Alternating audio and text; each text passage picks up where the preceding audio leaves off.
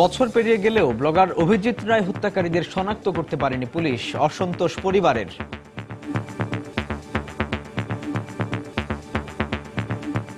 আমি ব্যক্তিগতভাবে সন্তোষ হব না যতক্ষণ না ফিজিক্যালি তাদের ধরে কাঠগড়ায় দাঁড় করাচ্ছে। পরীক্ষা কাজ ইতিমধ্যে সম্পন্ন হয়েছে, তাদের কাউকে কাউকে শনাক্ত করা হয়েছে, গ্রেপ্তারি অভিযান চলছে। পঞ্চগড়ে পুরোহিত হত্যাকাণ্ডের মূল হোতাসহ ৩ জেএমবি সদস্য গ্রেফতার, হত্যায় ব্যবহৃত অস্ত্র উদ্ধার। দেখছিলেন প্রধান শিরোনাম। সন্ধ্যার সময়ের সঙ্গে আছি আমি সজল দাস এবং আমি সাজিদ রাজু। এবার অন্যান্য শীর্ষ সংবাদ।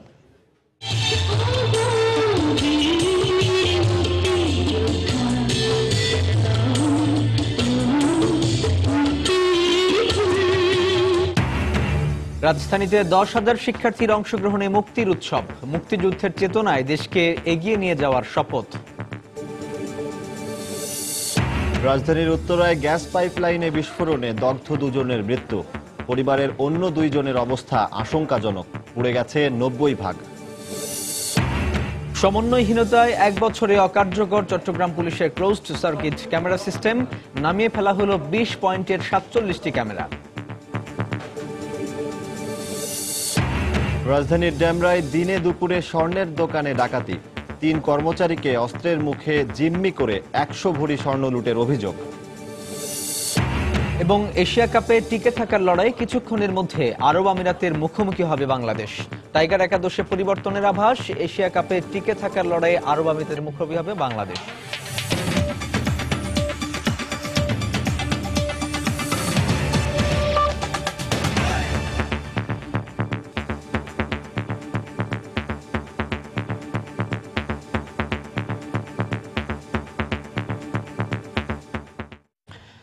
লেখক ব্লগার অভিজিৎ রায় হত্যাকাণ্ডের 1 বছরেও এই ঘটনার সঙ্গে জড়িত সন্দেহে 8 জনকে গ্রেপ্তার করে দফায় দফায় রিমান্ডে নেওয়া হলেও হত্যা রহস্যের জট এখনো খোলেনি। মামলার তদন্ত সংস্থা বলছে, মার্কিন গোয়েন্দা সংস্থা FBI এর রিপোর্ট হাতে পেলেই মিলবে প্রকৃত হত্যাকারীর সন্ধান।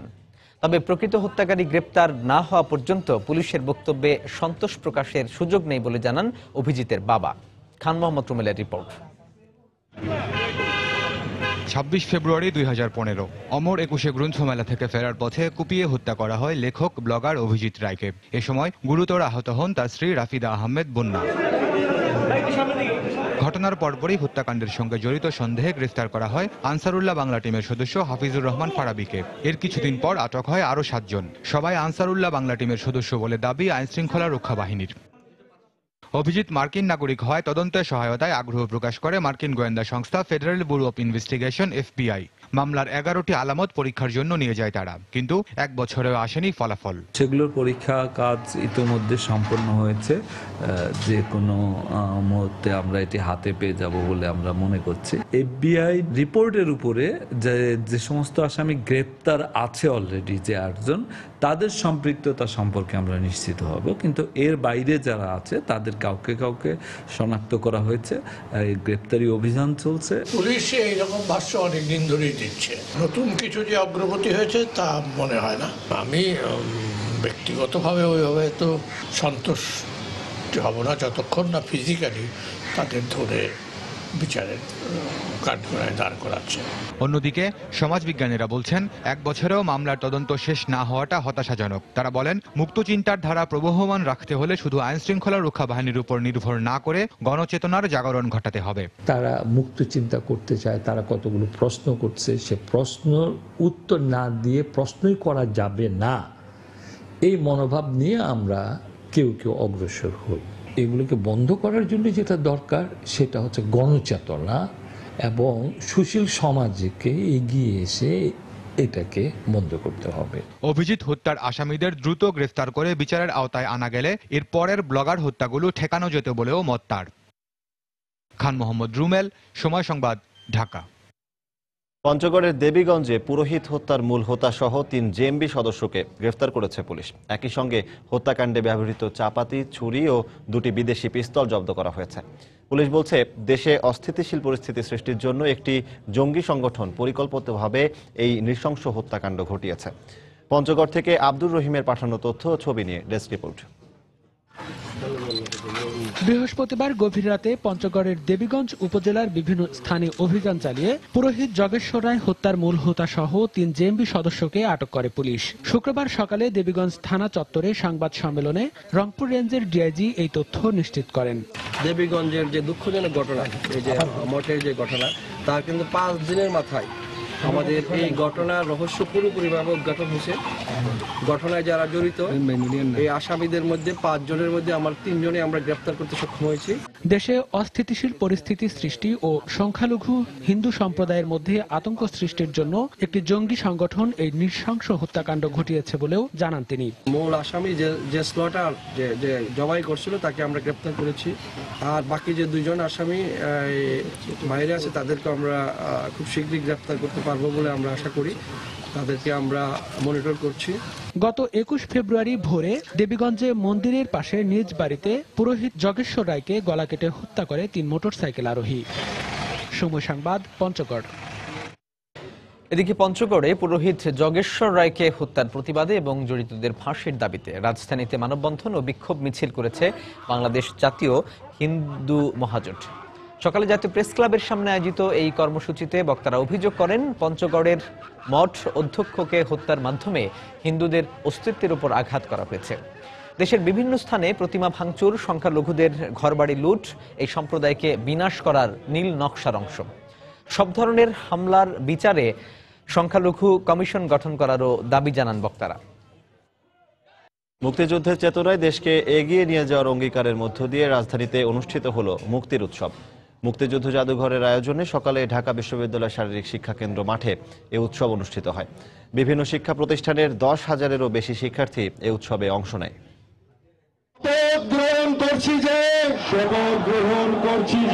মুক্তিযুদ্ধের চেতনায় আগামীর বাংলাদেশ গঠনের প্রত্যয়ে শপথ পাঠ করছেন ভবিষ্যৎ বাংলাদেশের যোদ্ধারা। সকালে ঢাকা বিশ্ববিদ্যালয়ের শারীরিক শিক্ষা কেন্দ্র মাঠে নতুন প্রজন্মকে শপথ পাঠ করান কুষ্টিয়ার মুক্তিযোদ্ধা নুরুল ইসলাম। তাদের স্মৃতি আমরা বহন করব। মুক্তিযুদ্ধ সম্পর্কে জানতে আগ্রহের কমতি ছিল না উৎসবে আগত শিক্ষার্থীদের। এরকম উৎসব দেশের প্রতিটি পাড়া মহল্লায় ছড়িয়ে দেওয়ার দাবিও ছিল তাদের কণ্ঠে। এর মাধ্যমে একটা শিক্ষা দেওয়া হয় যে আসলে মুক্তিযোদ্ধাকে কিভাবে করেছিল বা কিভাবে তারা আমাদের দেশটাকে স্বাধীন করেছে। এই উদ্যোগ পুরো দেশে সবার কাছে পৌঁছানো উচিত। এখানে অনেক ইতিহাস সম্পর্কে জানলাম, মুক্তিযুদ্ধ 71 সম্পর্কে, অনেক ভালো লাগলো আমাদের। উৎসবে যোগ দিয়ে মুক্তিযুদ্ধ বিষয়ক মন্ত্রী বলেন, দেশকে পেছনের দিকে ঠেলে দিতে এখনো ষড়যন্ত্র চলছে। আগামী প্রজন্মকেই এসব ষড়যন্ত্র মোকাবেলা করে প্রিয় দেশকে এগিয়ে নিতে হবে সামনের দিকে। এ সময় মুক্তিযুদ্ধের বিভিন্ন বিষয় শিক্ষার্থীদের সামনে তুলে ধরেন বিশিষ্ট লেখক জাফর ইকবাল। সেই পরাজিত শক্তি, সেই হায়নারা এখনো থেমে নাই। দেশের যে উন্নতি হচ্ছে এটা তারা চায় না। যারা পাকিস্তান বানাতে চায় তাদের বিরুদ্ধে আমরা সব সময় সোচ্চার থাকব। বাংলাদেশ যুদ্ধ অপরাধের বিচার করছে, আমার দেশটাকে পরিষ্কার করে দিচ্ছে, পবিত্র করে দিচ্ছে। কাদের জন্য? তোমাদের জন্য। আজ থেকে 20-30 বছর পরে বাংলাদেশ ইউরোপিয়ান একটা দেশ কিংবা তাদের সমান উন্নত হয়ে যাবে। তখন আমেরিকা থেকে, ইউরোপ থেকে লোকজন আমাদের দেশে পড়াশোনা করতে আসবে।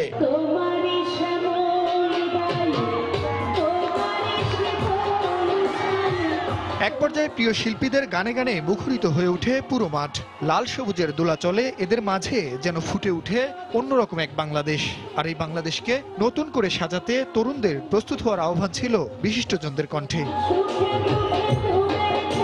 জুনায়েদ আল হাবিব, সময় সংবাদ, ঢাকা।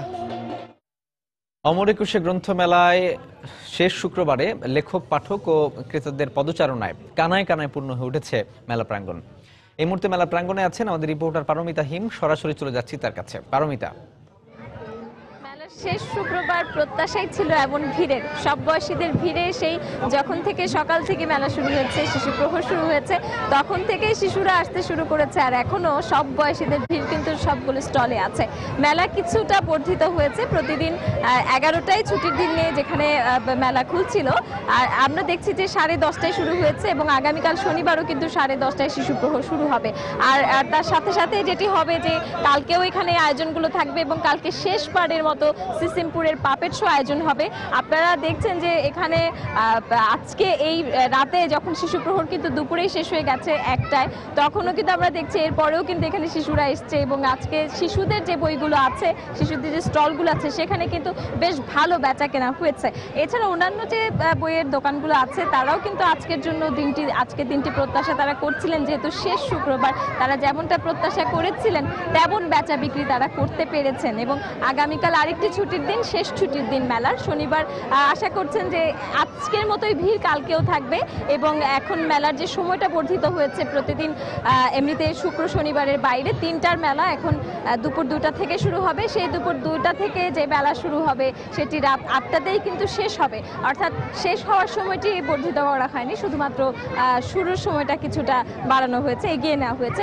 তো তারপরেও কিন্তু এখানে সেই দুপুর থেকে যখন থেকে মেলা শুরু হচ্ছে সেই আমরা দেখছি যে প্রবেশ দ্বারে কিন্তু অনেকক্ষণ মানুষ অপেক্ষা করে এখানে লম্বা লাইন ধরে তারা আসছেন এবং সেই সঙ্গে নতুন নতুন বইও প্রকাশিত হচ্ছে রাজু প্রতিদিনই। আজকেও 196টি নতুন বই প্রকাশিত হয়েছে এবং আজকে কিন্তু এ নিয়ে এই মেলায় যে নতুন নতুন বই প্রকাশিত হলো সেই সংখ্যা 3000 ছাড়িয়েছে। তবে 3000 বইয়ের মধ্যে সব বই সমান আগ্রহ পাচ্ছে না পাঠকদের। বরাবরের মতোই গল্প এবং উপন্যাস আমরা দেখছি, তা সেগুলোর প্রতি কিন্তু অনেক বেশি আগ্রহ আছে পাঠকদের, বিশেষ করে তরুণ পাঠক যারা আছে, তরুণ লেখকদের বই কিন্তু তারা কিনতে যাচ্ছে। এছাড়া জনপ্রিয় লেখকদের অনেকেই কিন্তু আজকে আছে মেলায় উপস্থিত আছে, তাদের সঙ্গে দেখা করতে, তাদের অটোগ্রাফ নিতে আমরা দেখছি বরাবরের মতো যে ভিড় সেটিও আজকে দেখতে পাচ্ছি এবং আগামীকালও এমন ভিড় থাকবে এমনটাই প্রত্যাশা করছেন এখানে যারা আছেন সবাই। তো রাজু, এই ছিল আমার কাছে আজকের খবর। শুক্রবার ছুটির দিনের বইমেলার খবর জানছিলেন আমাদের সহকর্মী পারমিতা হিমের কাছ থেকে। সন্ধ্যার সময় আরো থাকছে। ময়মনসিংহের গৌরীপুর রেল স্টেশনের কাছে লোকাল ট্রেনের বগি ও ইঞ্জিন লাইনচ্যুত। নেত্রকোনার সঙ্গে 7 ঘন্টা ট্রেন চলাচল বন্ধ, উদ্ধার কাজ চলছে। রাজধানীর উত্তরায় গ্যাসের পাইপলাইনে বিস্ফোরণে মা বাবা সহ একই পরিবারের মারাত্মকভাবে দগ্ধ 5 সদস্যের 2 জন মারা গেছেন। অন্য 3 জনের মধ্যে 2 জনের অবস্থা আশঙ্কাজনক বলে জানিয়েছেন কর্তব্যরত চিকিৎসক। গ্যাসের চুলা ঠিকমতো বন্ধ না করার কারণেই এ ধরনের দুর্ঘটনা ঘটে থাকতে পারে বলে জানান এলাকাবাসী। গ্যাসের লাইনে বিস্ফোরণে ভাই, ভাবি ও 3 ভাগ্নে মারাত্মকভাবে দগ্ধ হয় ঢাকা মেডিকেলের বার্ন ইউনিটে এমনিভাবেই কাঁদছিলেন স্বজনরা। তারা জানান, বাংলাদেশের আমেরিকান দূতাবাসের কর্মকর্তা শাহনওয়াজ শাহিনের বাসায় ভোরে তার স্ত্রী রান্না করার জন্য গ্যাসের চুলা জ্বালানোর সাথে সাথেই পুরো ঘরে আগুন লেগে যায়, আর তাতেই মারাত্মকভাবে দগ্ধ হন শাহনওয়াজ, তার স্ত্রী সুমাইয়া ও পাশের রুমে ঘুমে থাকা 3 ছেলে। সাথে সাথে প্রতিবেশীরা তাদের উদ্ধার করে বেসরকারি অ্যাপোলো হাসপাতালে নিয়ে গেলে তারা চিকিৎসা না দেয় তাদেরকে ঢাকা মেডিকেলের বার্ন ইউনিটে নিয়ে আসা হয়। হঠাৎ বিকট শব্দে আমি বেড থেকে বেডে জাম করে গেছি, সবাই ছুটোছুটি, আমরা পরে দৌড়ে উপরে উঠলাম, দেখলাম যে আগুন জ্বলতেছে। একটা চুলা অন করছে, করার পরে ও বাচ্চা কোলে নিয়ে শুধু ফ্যানটা অন করছে, ফ্যান অন করার সাথে সাথে বলতেছে আমাকে আগুন একটা ধাক্কা দিল এবং এমন বিকট শব্দ। ফ্যামিলি মেম্বার 5 জন ছিল তো সবাই দগ্ধ হয়েছে। আপনারা যাওয়ার পরে ডাক্তাররা বললো যেহেতু এটা মামলা মোকদ্দমা হবে, এই ব্যাপারে আমরা কোনো চিকিৎসা করতে পারবো না, আপনারা ঢাকা মেডিকেল কলেজে নিয়ে আসুন। কর্তব্যরত ডাক্তার জানান, দগ্ধদের 4 জনের অবস্থা আশঙ্কাজনক। এর মধ্যে শাহনওয়াজ ও তার স্ত্রীর শরীরের 90%-এরও বেশি পুড়ে গেছে বলেও জানান তিনি। শ্বাসনালী পুড়ে গেছে এবং সবার পার্সেন্টেজ অনেক বেশি, 90+ 2 জন আছেন, একজন 90% আর একজন 95%। এদিকে ঘটনাস্থল উত্তরার 7তলা ভবনে গিয়ে দেখা যায় আগুনে ঘরের প্রায় অধিকাংশ অংশই পুড়ে গেছে। সপ্তাহখানেক আগেই তারা এই বাড়িতে উঠেছেন বলেও জানায় এলাকাবাসী। কয়েকদিন যাবত গ্যাসে খুব ডিস্টার্ব করতেছে আর কি, গ্যাস থাকে বা থাকে না এরকম। তো এখন ধারণা করা হচ্ছে যে উনি ওই টাইমে চুলা ছেড়ে রাখছিল, পরবর্তীতে গ্যাস জমে এটা পুরো ফ্ল্যাট ইসে হয়ে রয়েছে, বা আগুন জ্বালানোর সময় টোটাল ফ্ল্যাট একবারে জ্বলে গেছে। ওনার সংযোগে আমরা আপাতত তো চুলাটা নাই, চাবিটা বন্ধ আছে এবং আমরাও গ্যাস সংযোগটা বন্ধ করে দিছি। উত্তরার এই এলাকায় গ্যাসের লাইনে প্রায় সমস্যা হয় বলেও জানান স্থানীয়রা। মাহমুদ রাকিব, সময় সংবাদ, ঢাকা। দর্শক, এই মুহূর্তে ঢাকা মেডিকেলে আছেন আমাদের রিপোর্টার মুজাহিদ শুভ। আমরা সরাসরি চলে যাচ্ছি তার কাছে। শুভ, জানেন উত্তরা 13 নম্বর সেক্টরে যে ঘটনাটি ঘটেছে, একই পরিবারের 5 জন যে গুরুতরভাবে আহত হয়েছে গ্যাস সিলিন্ডার বিস্ফোরণে, তার ইতিমধ্যে কিন্তু 2 জন একই পরিবারে তারা মারা গেছেন। কিছুক্ষণ আগেই 14 মাসের একটি শিশু জায়ান সে মারা গেছে এবং তারও আগে একই পরিবারের যে বড় সন্তান সে মারা গেছে। এখন বাকি যে একজন আছে তার মাত্র 6% পুড়ে যাওয়ার ঘটনা ঘটেছে। সে আশঙ্কা মুক্ত থাকায় সে বাড়ি ফিরে গেছে এবং পরিবারের যে বাকি 2 জন মা এবং বাবা, তাদের অবস্থা অনেকটা আশঙ্কাজনক, কারণ 90% বেশি পুড়ে গেছে বলে ডাক্তার আমাদের জানিয়েছেন। এক্ষেত্রে আমরা এখানে অপেক্ষা করছি যে ঠিক কি পরিস্থিতি ঘটতে যাচ্ছে সেটি সম্পর্কে আমরা এখনো বুঝতে পারছি না। আপনারা সজল, আপনি দেখতে পাচ্ছেন যে অপারেশন থিয়েটার কমপ্লেক্সের সামনেই কিন্তু অপেক্ষা করছে এই পরিবারের যারা আত্মীয় স্বজন যারা আছেন, তারা কিন্তু অনেকটাই ভেঙে পড়েছেন, আমাদের সাথে কথা বলেছেন। তবে একটি অভিযোগ তারা বারবারই আমাদেরকে করেছেন যে এই পরিবারে বেশ কিছুদিন আগে থেকেই কিন্তু এই সমস্যাটা ছিল গ্যাসের সিলিন্ডারের।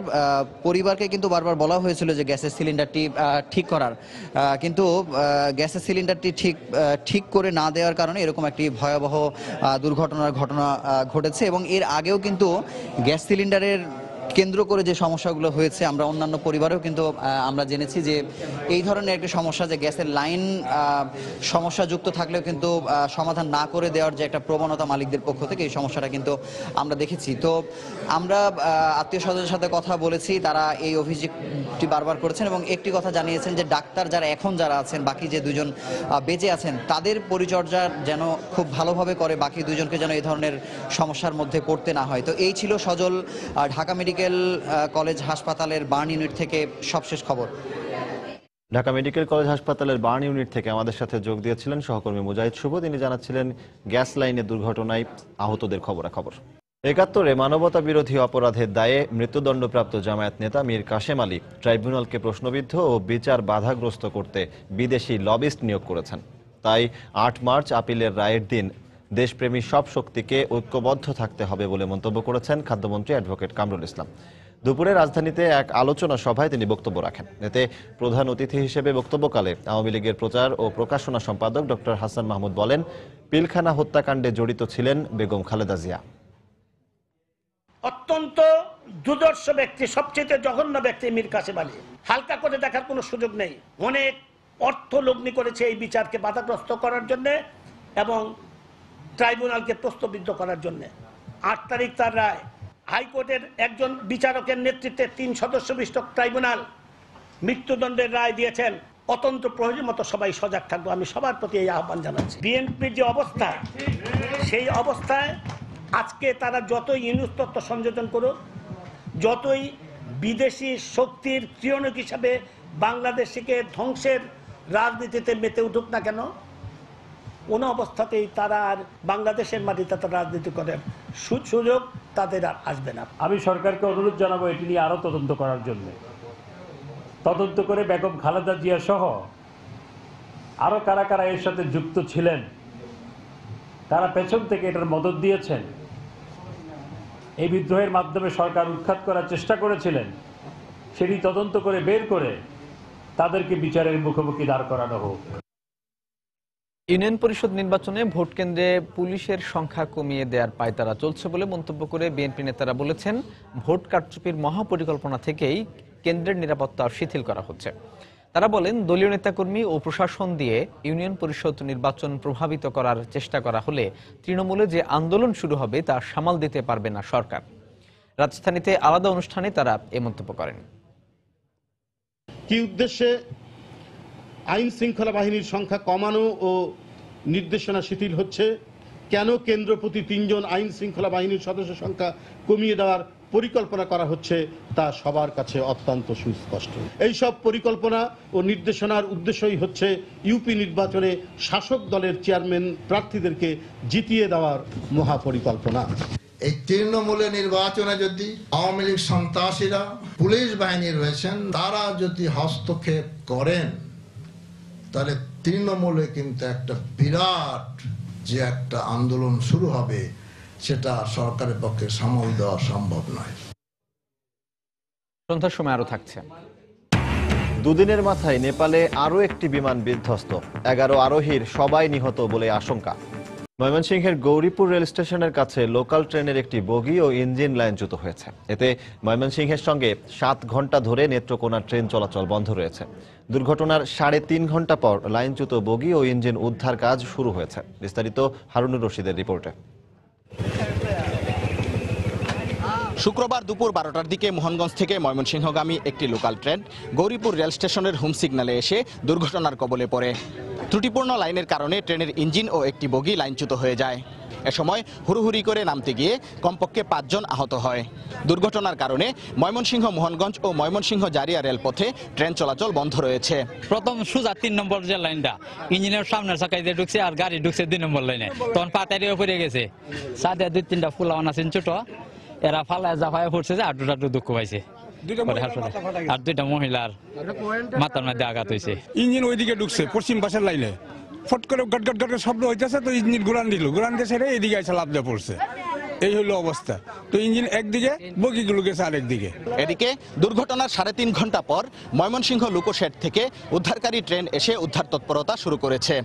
তবে উদ্ধার কাজে কত সময় লাগতে পারে সে বিষয়ে কিছুই বলতে পারছে না উদ্ধারকারীরা। রেল লাইনের গ্যাসের ত্রুটি আছে, গ্যাস টাইট, এবং রেল লাইনের মেজারমেন্ট ঠিক নাই, এবং কোনো কোনো ক্ষেত্রে স্লিপারের খিলি নাই, ইত্যাদি কারণে অ্যাক্সিডেন্ট হতে পারে। ক্যাপসাইজ হয়েছে, সাথে একটা বগি ডিরেল হয়েছে, আর রেস্ট অফ বগি ঠিক আছে। এখনো অনুসন্ধান করতেছে, এখন আমরা কারণ অনুসন্ধান করতে পারি নাই। এদিকে দুর্ঘটনার কারণ অনুসন্ধানে 4 সদস্যের একটি তদন্ত কমিটি গঠন করেছে রেলওয়ে কর্তৃপক্ষ। গৌরীপুর রেল স্টেশন থেকে হারুনুর রশিদ, সময় সংবাদ, ময়মনসিংহ। রাজধানীর ডেমরার একটি স্বর্ণের দোকানে অস্ত্রের মুখে সব স্বর্ণ লুট করে নিয়ে গেছে দুর্বৃত্তরা। দুপুরে এই ঘটনা ঘটে। পুলিশ ও দোকানের কর্মচারীরা জানায়, দুপুরে সারুলিয়া বাজারে মনুমুল্লা মার্কেটের 2য় তলায় কেয়া জুয়েলার্সে ঢুকে 8 থেকে 10 জন দুর্বৃত্ত। জুমার নামাজের সময় তখন মার্কেট প্রায় জনশূন্য ছিল। দুর্বৃত্তরা পিস্তল এবং চাপাতির ভয় দেখিয়ে দোকানে থাকা 3 কর্মচারীকে জিম্মি করে। এরপর দোকানে থাকা স্বর্ণালংকার বস্তায় ভরে একটি মাইক্রোবাস যোগে পালিয়ে যায়। এ সময় দোকানে অন্তত 100 ভরি স্বর্ণালংকার ছিল বলে ধারণা কর্মচারীদের। এদিকে পুলিশ জানায়, ঘটনার পরপরই অভিযানে নেমেছেন তারা, তবে এখনো পর্যন্ত কাউকে আটক করা যায়নি। সব একসাথে জড়ো হয়েছে। এখানে জড়ো হওয়ার পর 2 জন মুখোশ পড়া ছিল, আপনি সাথে সাথে পিস্তল গুলা বাইর করে ফেলাইছে। আর পিস্তল বাইর করার সাথে সাথে বলতেছে, কেউ কোনো রাও করবা না, চুপ, যে যেমনি আসতো নিচের দিকে মাথা দিয়ে বসে পড়ো। তারপর সাথে সাথে ভিতরে ঢুকলো, ঢুকে আমাদের গ্লাস ভাঙা আর বস্তা নিয়ে আসছিল, ট্রে সহ ওই ব্যাগের ভিতর বইরা আপনার চলে গেছে। দোকানের 3 জন কর্মচারী ছিল, তাদের পিস্তল থেকে নাকি স্বর্ণ নিয়ে গেছে, এবং এটা আমরা বর্তমানে তদন্ত করতেছি এবং তদন্তাধীন আছে। চট্টগ্রাম বন্দরে সুতার আড়ালে 5 কোটি টাকা মূল্যের সিগারেট আনার ঘটনায় গ্রেফতারকৃত 4 জনকে জামিন নামঞ্জুর করে কারাগারে পাঠানোর নির্দেশ দিয়েছেন আদালত। বিকেলে মেট্রোপলিটন ম্যাজিস্ট্রেট আব্দুল কাদের এ আদেশ দেন। এর আগে গতকাল বিকেলে এ ঘটনায় আটক সাকি শিপিংয়ের ব্যবস্থাপনা পরিচালক আনোয়ার শওকত আফসার সহ 4 জনকে এই মামলায় গ্রেফতার দেখানো হয়। পরে আজ বিকেলে আসামিদের আদালতে হাজির করা হলে তাদের জামিন আবেদন করেন আইনজীবী। দুপক্ষে শুনানি শেষে বিচারক জামিন নামঞ্জুর করে আসামিদের কারাগারে পাঠানোর নির্দেশ দেন। এ সময় ছবি ধারণ করতে গেলে সময় সংবাদের চিত্র সাংবাদিককে বাধা দেয় আসামি পক্ষের এক আইনজীবী। গত 10 ফেব্রুয়ারি সুতা আমদানির আড়ালে হো চি মিন নামে একটি জাহাজে করে প্রায় 5 কোটি টাকা মূল্যের সিগারেট আমদানি করা হয়। পরে এ ঘটনায় চট্টগ্রাম কাস্টমসের সহকারী রাজস্ব কর্মকর্তা সাদিকুর রহমান, আমদানিকারক প্রতিষ্ঠান গাজীপুরের FRC নিট কম্পোজিটের 2 জন এবং 4 শিপিং ব্যবসায়ীর বিরুদ্ধে মামলা করেন। কার্গোতে শিপ করে আসে, আমি আনলোড করে ওনাদেরকে বুঝিয়ে দিই। এই মালের মালিকানা আমি দাবি করছি না, এই মালের কোনো ক্রমে যে লভ্যাংশ বা অন্য কোনো অংশর আমি দাবিদার নই। আইনের ব্যাখ্যার ক্ষেত্রে সঠিকভাবে বুঝেন নেই বিদায় আমাদেরকে, আমরা নির্দোষ, তবুও আমাদেরকে এই মামলা ইমপ্লিকেট করে দিয়েছেন। আপাতত উনি এটাকে নামঞ্জুর করেছেন। বন্দরনগরী চট্টগ্রামে সিটি কর্পোরেশনের সঙ্গে সমন্বয়হীনতার কারণে 1 বছরের মাথায় অকার্যকর হয়ে পড়েছে পুলিশের close circuit camera system. Billboard উচ্ছেদের কারণে অপটিক্যাল ফাইবার কাটা পড়ার পাশাপাশি নামিয়ে আনতে হয়েছে অন্তত 20টি পয়েন্টের 47টি ক্যামেরা। এই অবস্থায় অপরাধী শনাক্তে ব্যক্তিগতভাবে লাগানো সিসি ক্যামেরার উপর ভরসা করতে হচ্ছে পুলিশকে। বিস্তারিত জানাচ্ছেন কমল দে। গত 1 বছরের বেশি সময় ধরে অপরাধের পর অপরাধী শনাক্তে বড় ধরনের ভূমিকা রেখে আসছে সিসিটিভি ক্যামেরার ফুটেজ। এরই অংশ হিসেবে পুলিশের পক্ষ থেকে নগরের গুরুত্বপূর্ণ 26টি পয়েন্টে 99টি ক্যামেরা লাগানোর পর নগরবাসীর কাছেও আহ্বান জানানো হয়েছিল ক্যামেরা স্থাপনের জন্য, কিন্তু শেষ পর্যন্ত প্রমাণিত হলো পুলিশের এই ক্যামেরা লাগানোর পদ্ধতি ছিল অনেকটা অপরিকল্পিত। পুলিশের অধিকাংশ ক্যামেরা স্থাপন করা হয়েছিল অবৈধ বিলবোর্ডের পিলারে। বর্তমানে বিলবোর্ডগুলো কাটা যাওয়ার ফলে আমাদের অপটিক্যাল ফাইবার লাইনগুলো কাটা গেছে, যার ফলে ক্যামেরাগুলো বর্তমানে বন্ধ আছে। এসব ক্যামেরা স্থাপনের পর নিয়ন্ত্রণ কক্ষ থেকে পরিস্থিতি পর্যবেক্ষণ করত পুলিশের ঊর্ধ্বতন কর্মকর্তারা, কিন্তু বর্তমানে ক্যামেরা সিস্টেম অকার্যকর থাকায় কিছুটা ভোগান্তিতে পড়েছেন তারা। 26টি পয়েন্টে 99টি সিসিটিভি ক্যামেরা লাগানো হয়েছিল, তার ভিতরে এখন 52টি সচল আছে। বিলবোর্ড যেখানে যেখানে কাটা হয়েছে তার সাথে কিছু কিছু কানেক্টেড ছিল, সেগুলো আপাতত অ্যাক্টিভ নেই। এর ফলে যেটা হচ্ছে, আমরা আগে যেসব পয়েন্টগুলোতে সার্বক্ষণিক মনিটরিং করতে পারতাম, সেখানে ওই মনিটরিং ব্যবস্থাটা একটু দুর্বল হয়েছে। শেষ পর্যন্ত নিজেদের ভুল বুঝতে পেরে ক্যামেরা লাগানোর ক্ষেত্রে কৌশলে পরিবর্তন আনতে যাচ্ছে পুলিশ প্রশাসন। বিলবোর্ডের কারণেই ক্যামেরাগুলো ক্ষতিগ্রস্ত হলো। বিলবোর্ডে যে ক্যামেরাগুলো লাগানো ছিল, যেহেতু বিলবোর্ডটা রাস্তা জুড়ে ছিল, বিলবোর্ডটা সরিয়ে দেওয়া হয়েছে। এখন ক্যামেরাগুলো লাগাবো বড় বড় বিল্ডিং এর উপরে। পুলিশ কর্মকর্তারা জানান, গত 1 বছরে সিসিটিভি ক্যামেরার ফুটেজ পর্যবেক্ষণ করে বায়েজিদ মাজারে জোড়া খুনের খুনি শনাক্ত সহ অন্তত 20টি বড় ধরনের অপরাধের রহস্য উন্মোচন হয়েছে। কমল দে, সময় সংবাদ, চট্টগ্রাম। রাজশাহী বিশ্ববিদ্যালয়ে পাঠক ফোরামের আয়োজনে শুরু হয়েছে 3 দিনব্যাপী 21শে বইমেলা। বিকেলে রাজশাহী বিশ্ববিদ্যালয়ের উপাচার্য ডক্টর মোহাম্মদ মিজানুদ্দিন মেলার উদ্বোধন করেন। এ সময় উপস্থিত ছিলেন সময় সংবাদের বার্তা প্রধান তুষার আব্দুল্লাহ। পরে মেলায় 11টি বইয়ের স্টল ঘুরে দেখেন তারা। এর মধ্যে পাঠক ফোরামের স্টলে রয়েছে তুষার আব্দুল্লাহর লেখা 8টি বই। এছাড়া সাংবাদিকতা, ভ্রমণ কাহিনী, সায়েন্স ফিকশন সহ নানা বিষয়ের বই এ মেলায় স্থান পেয়েছে। মেলা উদ্বোধনের আগে এক নবীন বরণ অনুষ্ঠানের আয়োজন করে পাঠক ফোরাম। একটা মোমবাতি যদি এখানে জ্বালা থাকে করে এসে তোমার সাথে কথা বলি। হ্যাঁ, থ্যাংক ইউ। সেই এইভাবে যে স্বর্ণালী জিপিএফ 5 কলেজ দূর থেকে আলাদা শুনেছিলাম আজকে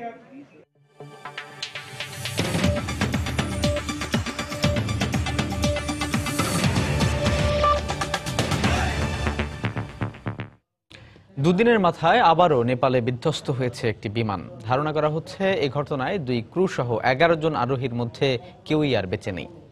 রাজধানী কাঠমান্ডু থেকে 400 কিলোমিটার উত্তরে তিলোকা এলাকায় বিধ্বস্ত হয় বিমানটি। কর্তৃপক্ষ জানায়, বিমানটি শুক্রবার বেলা 12:30টা নাগাদ নেপালগঞ্জ থেকে জুমলা জেলার উদ্দেশ্যে উড্ডয়ন করছিল। যান্ত্রিক ত্রুটির কারণে বিমানটি বিধ্বস্ত হয়ে থাকতে পারে বলে ধারণা করা হচ্ছে। এর আগে গত বুধবার 23 জন আরোহী নিয়ে নেপালে একটি বিমান বিধ্বস্ত হয়।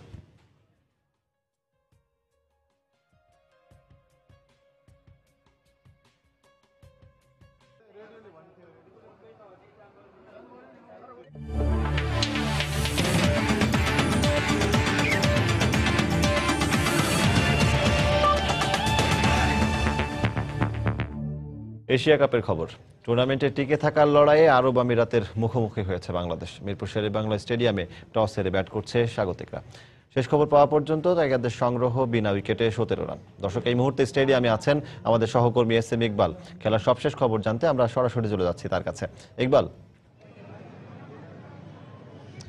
সজল, এর আগে আমি যেমনটি জানিয়েছিলাম যে আসলে আজকের ম্যাচটি কিন্তু বাংলাদেশের জন্য খুবই গুরুত্বপূর্ণ। অর্থাৎ যেই মিশন বলি বা যে টার্গেট নিয়ে এশিয়া কাপ শুরু করেছে বাংলাদেশ, সেটি হচ্ছে যে এশিয়া কাপের ফাইনাল খেলতে চায় স্বাগতিকরা। সেক্ষেত্রে প্রথম ম্যাচ ভারতের কাছে হেরে কিছুটা কিন্তু ব্যাকফুটে বাংলাদেশ। সেই ক্ষেত্রে সেখান থেকে যে টার্গেট যেটা সেটা হচ্ছে যে ফাইনালে খেলা, সেখানে খেলতে হলে কিন্তু বাংলাদেশের বাকি যে 3টি ম্যাচ আছে সেই 3টি ম্যাচেই কিন্তু বাংলাদেশকে জয়লাভ করতে হবে।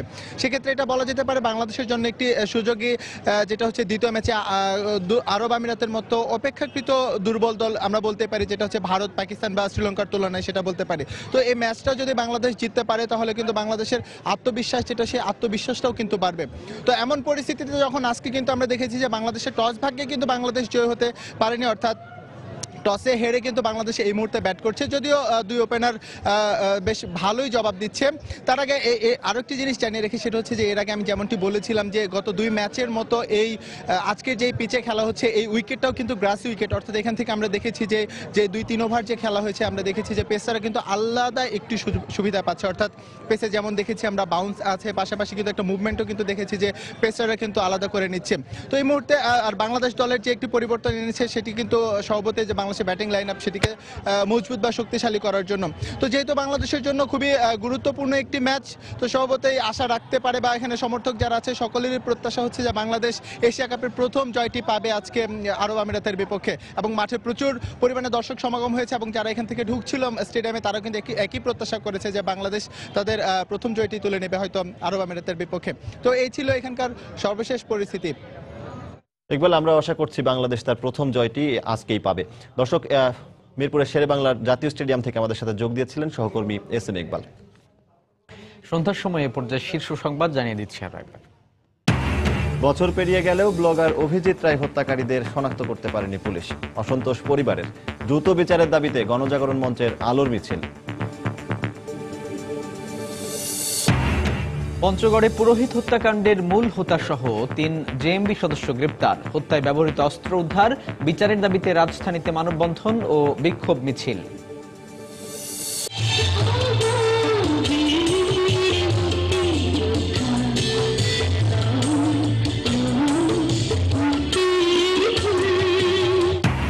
রাজধানীতে 10,000 শিক্ষার্থীর অংশগ্রহণে মুক্তির উৎসব। মুক্তিযুদ্ধের চেতনায় দেশকে এগিয়ে নিয়ে যাওয়ার শপথ। রাজধানীর উত্তরায় গ্যাস পাইপলাইনে বিস্ফোরণে দগ্ধ 2 জনের মৃত্যু। পরিবারের অন্য 2 জনের অবস্থা আশঙ্কাজনক, পুড়ে গেছে 90 ভাগ। রাজধানীর ডেমরায় দিনে দুপুরে স্বর্ণের দোকানে ডাকাতি। 3 কর্মচারীকে অস্ত্রের মুখে জিম্মি করে 100 ভরি স্বর্ণ লুটের অভিযোগ। এবং এশিয়া কাপে টিকে থাকার লড়াই, সংযুক্ত আরব আমিরাতের মুখোমুখি বাংলাদেশ। টস জিতে ফিল্ডিংয়ে আমিরাত।